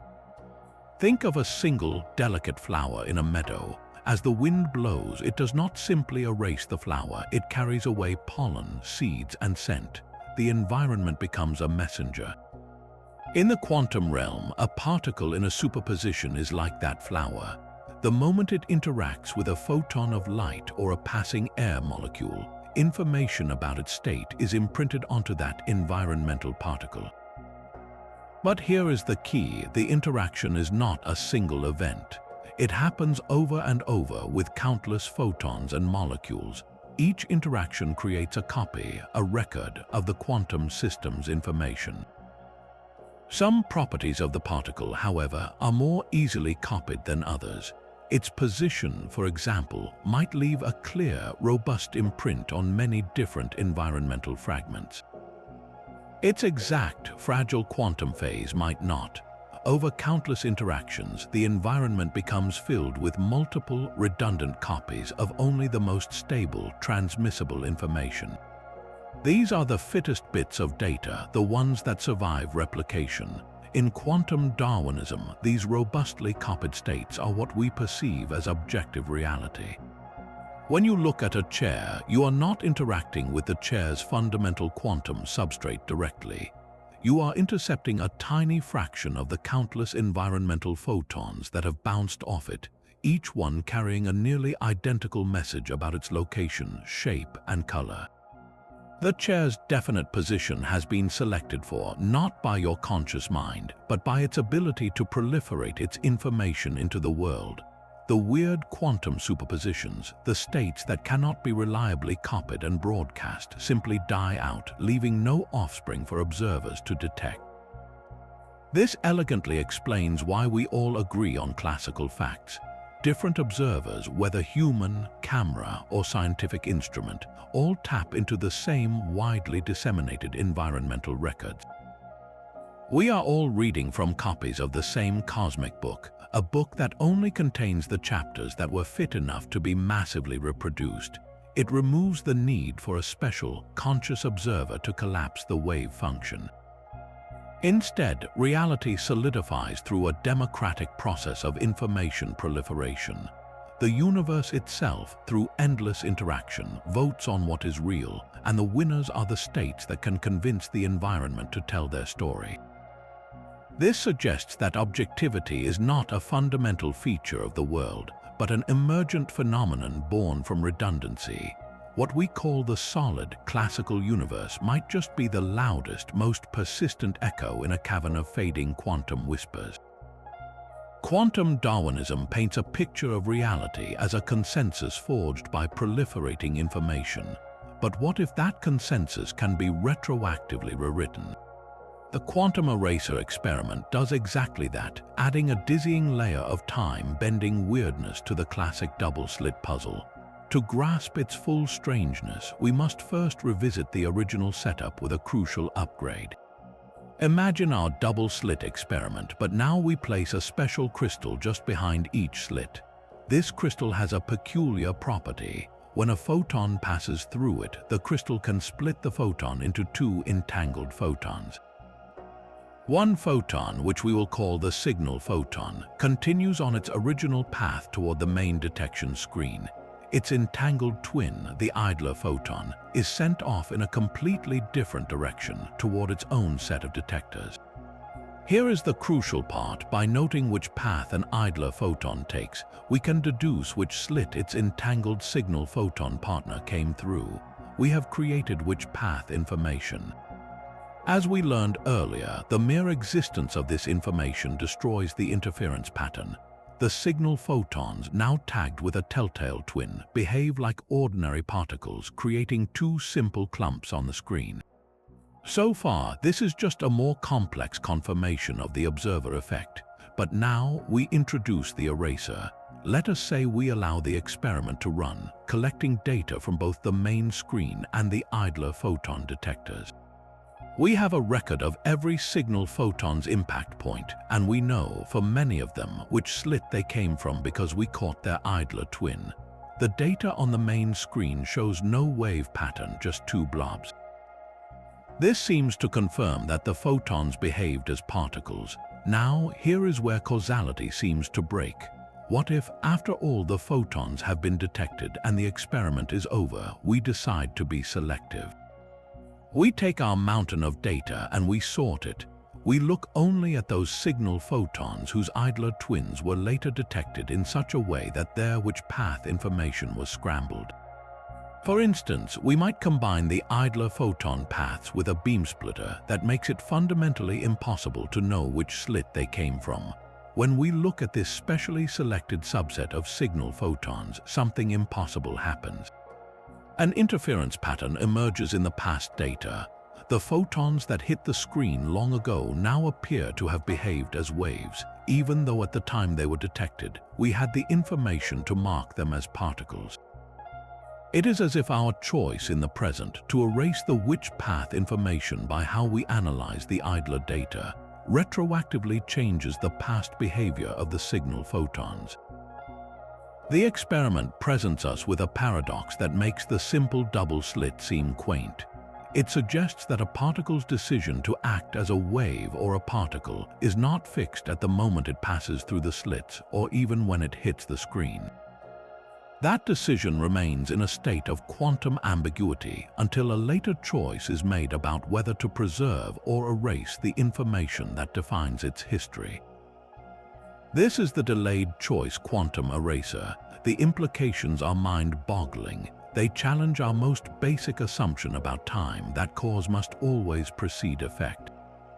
At the quantum level, the future seems to whisper back to the past, guiding a particle's behavior based on choices that have not yet been made. It is not that we are sending messages backward in time, but rather that the entire sequence of events, from slit to screen to analysis, is described by a single, non-local quantum state that transcends our linear perception. The universe, in its quantum heart, may not distinguish between past, present, and future in the way our classical minds insist it must. The eraser experiment forces us to ask, when does reality actually become real? Is it when the particle is emitted, when it is detected, or only when a conscious being finally makes sense of the data, collapsing not just a wave function, but the very timeline of the event itself? The quantum eraser bends our sense of time, but some quantum states are built to withstand the chaos of time itself. These are topological quantum states, forms of matter so strange they conduct electricity only on their skin while remaining perfect insulators within. To understand this bizarre separation, we must move beyond the properties of individual atoms and examine the global shape, the topology of the entire quantum system. Topology is the mathematics of shapes that remain the same under continuous deformation, like stretching or bending. A classic example is a coffee mug and a donut. To a topologist, they are the same object because one can be smoothly morphed into the other without cutting or gluing. The crucial, defining feature they share is a single hole, the mug's handle. The number of holes is a topological invariant. It does not change no matter how much you twist the object. In topological quantum matter, it is not physical shape, but an abstract mathematical shape in the quantum landscape that defines the state. An electron moving through the intricate energy landscape of such a material does not see individual bumps and defects. Instead, it feels the overall topology, much like a hiker knows they are on a mountain with a single peak regardless of the specific rocks on the path. This global property makes topological states incredibly robust. You can introduce impurities, deform the material, or create minor imperfections, and the conductive surface state remains unscathed. The conduction is protected by the universe's own geometry, not by fragile local arrangements. This robustness is not just a laboratory curiosity, it is the holy grail for building a practical quantum computer. Today's most advanced quantum bits are notoriously delicate, their superpositions shattered by the slightest noise from the environment. A topological qubit, however, would encode information not in a fragile particle state, but in the global braiding of quantum excitations within a material. Imagine your data not as a note written on paper, but as the specific knot in a rope. You can shake the rope, you can stretch it, but the knot itself, its topological identity, remains intact until you deliberately untie it. This inherent fault tolerance could finally unlock the full potential of quantum computation, allowing calculations to proceed without being constantly derailed by errors. The pursuit of these exotic states has revealed a stunning truth. The deepest layers of physical reality may be written not in the language of forces or particles, but in the timeless poetry of mathematics. The discovery that abstract concepts like the number of holes in a donut can dictate whether a material conducts electricity shows us that the universe is far more geometrically profound than we ever dreamed. The abstract geometry of topological states reveals a universe built on mathematical principles, but even that profound order emerges from a background of pure chaos. We can actually feel the restless energy of the quantum vacuum. It is called the Casimir effect, and it provides one of the most direct, tangible proofs that empty space is anything but empty. Picture two perfectly smooth, uncharged metal plates placed parallel to each other in an absolute vacuum, with no gravity, no electromagnetism, nothing but the void between them. According to classical physics, nothing should happen. They should just sit there, indifferent to each other's presence. Yet, when the plates are brought incredibly close together, separated by a distance smaller than the width of a human hair, a faint but unmistakable force pulls them together. It is as if the nothingness itself is pushing them into an embrace. This bizarre attraction is the Casimir force, and its origin lies in the seething quantum foam we have been exploring. Remember, the vacuum is not empty. It is a frenetic arena where virtual particle pairs constantly blink in and out of existence. These fleeting fluctuations can be thought of as waves of every possible wavelength, from the size of the universe down to the infinitesimally small. Now place our two plates into this quantum sea. The plates act as boundaries for the virtual photons, the particles of the electromagnetic field. To exist between the plates, they must fit. Their wavelengths must be just right to form standing waves between the two surfaces, like the resonant notes a guitar string can produce. Only specific wavelengths, those that are whole number fractions of the gap distance, are allowed in the narrow corridor between the plates. Outside the plates, in the open vacuum, virtual particles of all wavelengths can exist without restriction. This creates an imbalance. There are simply more possible quantum fluctuations, more virtual particles, pushing on the outer surfaces of the plates than there are pushing from within the narrow gap. The greater external pressure gently squeezes the plates together. It is a quantum version of the classic demonstration where two ships in a calm sea are drawn together because the waves between them are dampened. The Casimir effect is not a theoretical curiosity. It has been measured repeatedly in laboratories with stunning precision. The force is tiny, but for nanoscale machinery, it becomes a dominant, sometimes problematic factor. In the futuristic world of nanotechnology, where gears and levers are only atoms wide, the Casimir force can cause components to spontaneously stick together, a phenomenon called stiction that engineers must carefully design around. But its true importance is far grander. It is a direct mechanical signature of the quantum vacuum's reality. We are not inferring the existence of virtual particles from complex mathematics. We are measuring their collective push with exquisitely sensitive instruments. The void hums with creation and destruction, and that hum exerts a real, physical pressure on the boundaries of our world. This effect whispers that the stage upon which the drama of particles plays out is itself a dynamic, energetic participant. If mere metal plates can feel the vacuum's breath, what other invisible pressures shape the cosmos from the shadows? That tangible pressure from the void is a whisper from the quantum world to our own. But what if that whisper is not just a background hum, but a vital part of the script of life itself? For decades, biology was considered a classical science, its complex machinery too warm, too wet, and too messy for delicate quantum effects like coherence and tunneling to survive. Life, it seemed, played by the rules of chemistry and Newtonian physics. That assumption is now crumbling. A new frontier, quantum biology, is uncovering startling evidence that nature may have learned to harness quantum weirdness to perform tasks with an elegance our technology can only dream of. The first and perhaps most compelling case is in the very process that fuels the planet, photosynthesis. Inside the cells of a green leaf are structures called photosynthetic complexes, which capture sunlight and funnel its energy toward a reaction center where it is converted into chemical fuel. For decades, scientists assumed this energy transfer worked like a random, haphazard hop.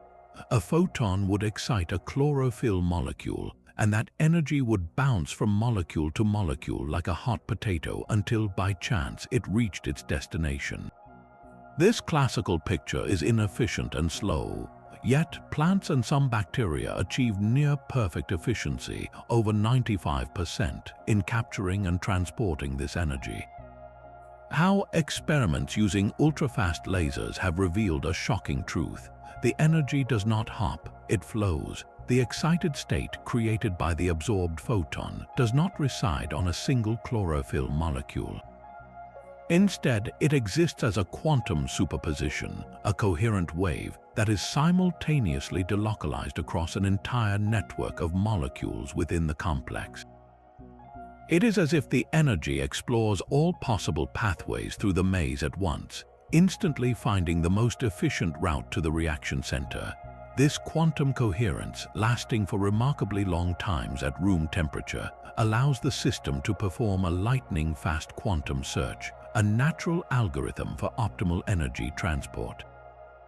Nature, it seems, has been using quantum computing for billions of years. The implications are profound. It suggests that evolution has selected for biological structures that can protect and exploit quantum coherence, even in the noisy environment of a living cell. This is not a fragile laboratory artifact. It is a robust, engineered feature of the natural world. Another place where quantum trickery seems essential is in the very heart of biochemistry, enzyme catalysis. Enzymes are biological catalysts, the workhorses that speed up the chemical reactions necessary for life, often by mind-boggling factors. One of their key tricks is transferring subatomic particles, like electrons or even single protons, from one molecule to another. The problem is, these particles often need to cross energy barriers that, according to classical chemistry, they do not have the energy to surmount. The answer appears to be quantum tunneling. The enzyme may act as a scaffold that holds the reacting molecules in just the right alignment, not to give the particle more energy, but to make the barrier thinner. This dramatically increases the probability that the particle will simply tunnel through, enabling reactions that would otherwise be impossibly slow. Experiments on enzymes that handle hydrogen, the lightest and most quantum mechanical of atoms, show reaction rates that are millions of times faster than classical models predict, a signature strongly indicative of tunneling. Life may depend on this quantum ability to cheat energy barriers. Perhaps the most mysterious quantum biological proposal concerns animal navigation. How does a European robin weighing less than an ounce navigate from Scandinavia to sub-Saharan Africa and back with pinpoint accuracy? The leading hypothesis points to a quantum compass in its eye. The mechanism involves a molecule called cryptochrome. When light hits this molecule, it can create a pair of molecules with unpaired electrons, a radical pair. These two electrons are quantum entangled, their spins correlated. The Earth's weak magnetic field can influence the delicate quantum spin state of this entangled pair. Depending on the angle of the bird relative to the magnetic field, the radical pair will end up in one of two different chemical end states. It is theorized that the bird can sense this chemical difference, translating a quantum spin state into a neurological signal, giving it an innate sense of direction. This radical pair mechanism is a full-blown quantum sensor, using entanglement and spin coherence to perceive the world. While the evidence is strong and growing, it remains a hotly debated frontier. Critics point out the immense difficulty of maintaining quantum coherence in such a complex biological environment. Proponents counter that evolution has had billions of years to engineer solutions, crafting molecular cages and precise architectures that shield quantum information long enough for it to be useful. The pursuit of quantum biology is forcing a monumental shift in perspective. It blurs the sacred line we have drawn between the inanimate quantum realm and the vibrant world of life. It suggests that quantum mechanics is not just the physics of the very small, but may be an active, functional ingredient in the recipe for life itself. We are not just made of atoms, we may be made of atoms that, within us, are still performing their most delicate quantum dances. This quantum dance within living cells shows nature's mastery over the smallest scales, but to truly understand the fabric those scales are woven from, we must confront a mathematical correspondence of breathtaking power. It is called the anti-de Sitter/conformal field theory correspondence, or ADS/CFT, and it is the most precise and productive realization of the holographic principle to date. Imagine two completely different descriptions of the same reality, written in alien languages that should have nothing to do with each other. On one side, picture a strange, warped universe governed by gravity.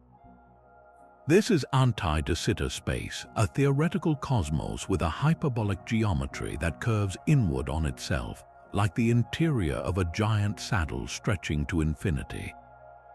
Crucially, this universe has a boundary, a distant, enclosing shell. The physics inside this bulk space includes gravity, black holes, and strings. On the other side, entirely confined to that boundary shell, lies a quantum field theory. This is a CFT, a special kind of quantum theory without gravity, where the laws look the same at all scales, a property called conformal symmetry. It describes a swirling soup of strongly interacting particles, like the quark-gluon plasma that filled the infant universe. The ADS/CFT correspondence proposes a radical duality. These two theories are not just similar, they are exactly equivalent. They are two different translations of the same underlying truth. Every single element in the gravity-filled bulk has a perfect counterpart on the quantum boundary, and vice versa. A black hole in the interior might correspond to a hot, chaotic state of the quantum soup on the boundary. A particle falling into the black hole translates to a quantum particle becoming scrambled and thermalized in the field theory. This creates a cosmic dictionary, a one-to-one translation guide between the languages of gravity and quantum mechanics. The sheer utility of this dictionary is staggering. Problems that are impossibly difficult in one theory become tractable when translated into the other. For decades, physicists struggled to understand the behavior of certain strongly interacting quantum systems, like the quark-gluon plasma created in particle colliders.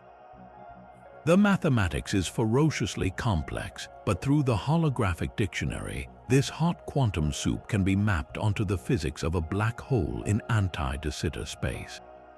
Calculating the viscosity of the plasma becomes a matter of analyzing how gravitational waves are absorbed by the black hole's event horizon, a much simpler problem in gravity.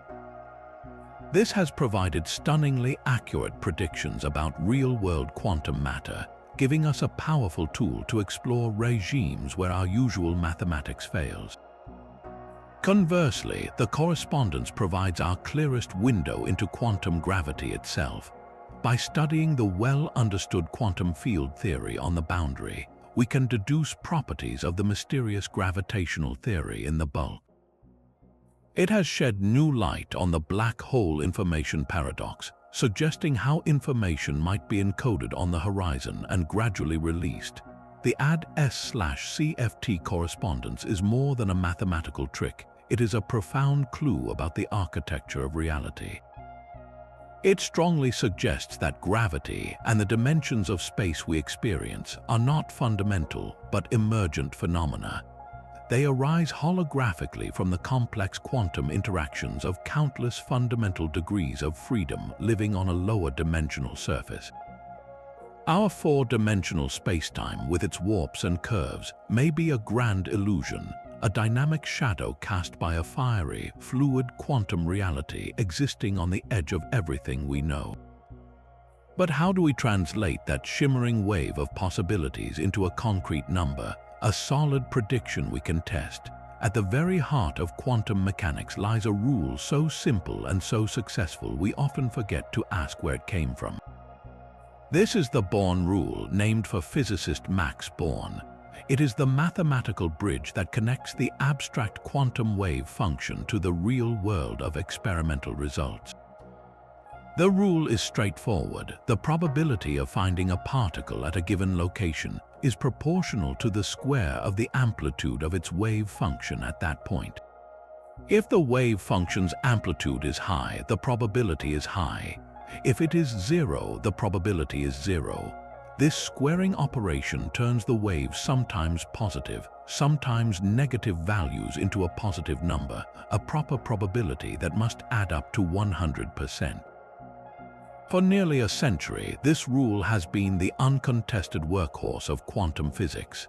Every prediction about particle collisions, every calculation of an atom's energy levels, every design of a quantum chip relies on it.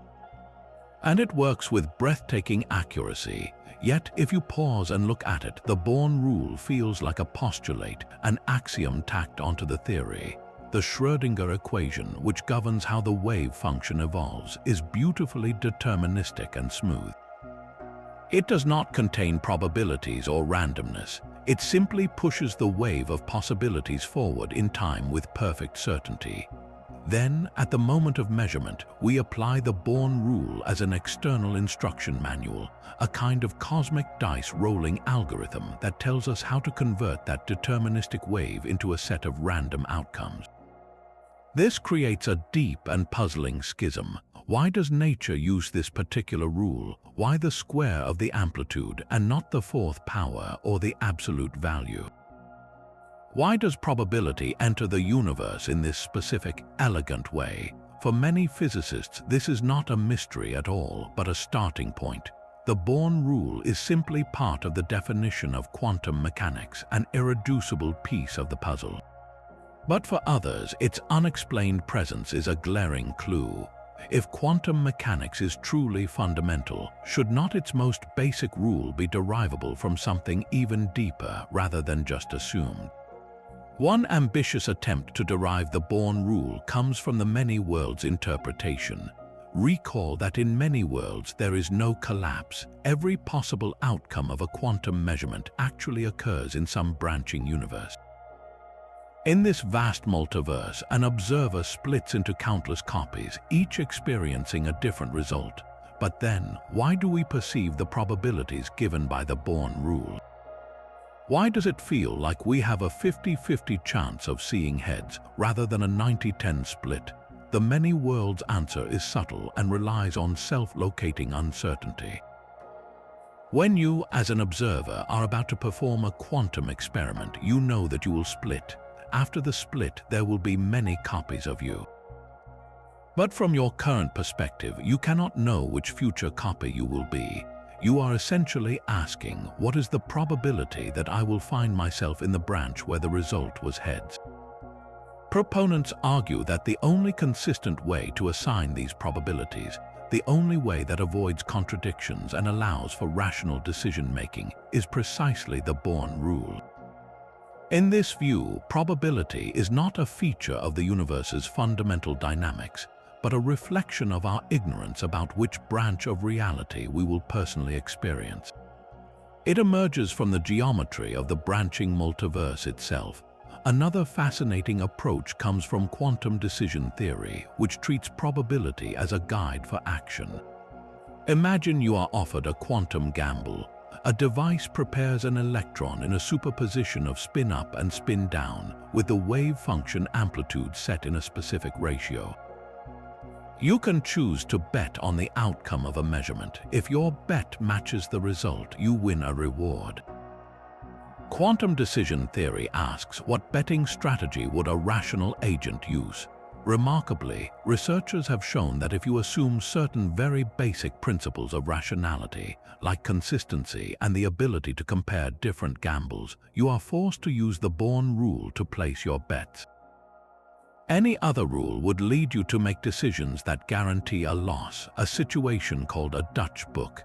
This suggests the Born rule might not be a law of physics per se, but a law of rational inference in a quantum universe. It is the only logically consistent way to navigate a reality built on superpositions. Whether it emerges from branching worlds or the logic of rational bets, the quest to derive the born rule strikes at the deepest questions of all. What is probability, really? Is it a fundamental feature of nature or a tool created by minds trying to make sense of a reality too vast to comprehend? The mystery of the born rule is the mystery of the interface between the certain, flowing mathematics of the wave and the uncertain, definite world of experience. It asks us why our universe chose this particular dice to roll and whether the dice were ever truly rolled at all. The born rule gives us probabilities, but it cannot tell us what those probabilities are about.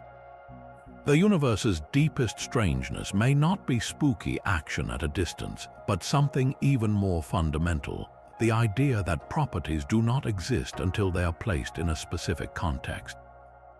This is quantum contextuality, a revelation that reality is not just observer-dependent, but measurement-dependent in a way that defies any simple, hidden blueprint. We have seen that particles do not have definite positions or spins until measured. Contextuality takes this a step further, proving that the very value you get for one property can change depending on what other, compatible questions you decide to ask at the same time.